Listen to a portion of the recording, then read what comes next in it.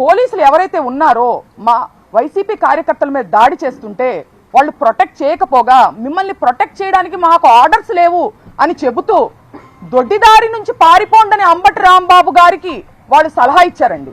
దీనికి అంబటి రాంబాబు గారు ఏమన్నారో తెలుసా? నా ప్రాణాలు ఇక్కడైనా వదులుతాను, చావనైనా చస్తాను, కానీ దొడ్డిదారి నుంచి పారిపోయే ప్రసక్తే లేదని ఆయన చెప్పడం జరిగింది.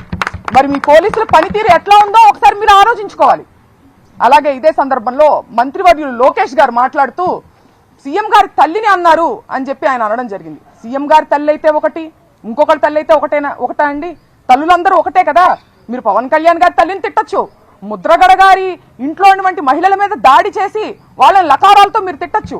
ఇవాళ అంబటి రాంబాబు గారి ఇంట్లో మహిళలమైన మా మీద దాడి చేసి మమ్మల్ని తిట్టచ్చు. అలాగే నల్లపురెడ్డి ప్రసన్న కుమార్ రెడ్డి గారి ఇంటి మీద మీరు దాడి చేసి వాళ్ళ ఇంట్లో 90 ఏళ్ల వయసు ఉన్నటువంటి తల్లి గారి మీద దాడి చేసే ప్రయత్నం మీరు చేయొచ్చు. జోగి రమేష్ గారి ఇంట్లో మహిళలు లేరా అండి? ఆ ఇంటి మీద కూడా మీరు దాడి చేయొచ్చు. దీన్ని ఖండించాల్సినటువంటి అవసరం మీకు లేదా? అలాగే ఇదే సందర్భంలో మీరు ప్రతిపక్షంలో ఉండంగా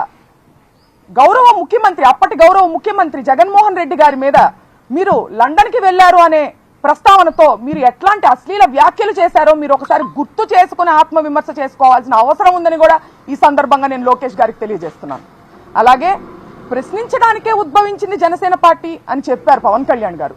మరి ఈ ప్రశ్నలన్నీ ఎందుకు ఆయన అడగట్లేదు అనే ఒక పెద్ద ప్రశ్న మా అందరికీ ఉందండి. దయచేసి మీరు వీటన్నిటిని ఖండిస్తూ వాళ్ళని ప్రశ్నించాలని కూడా నేను కోరుకుంటున్నాను.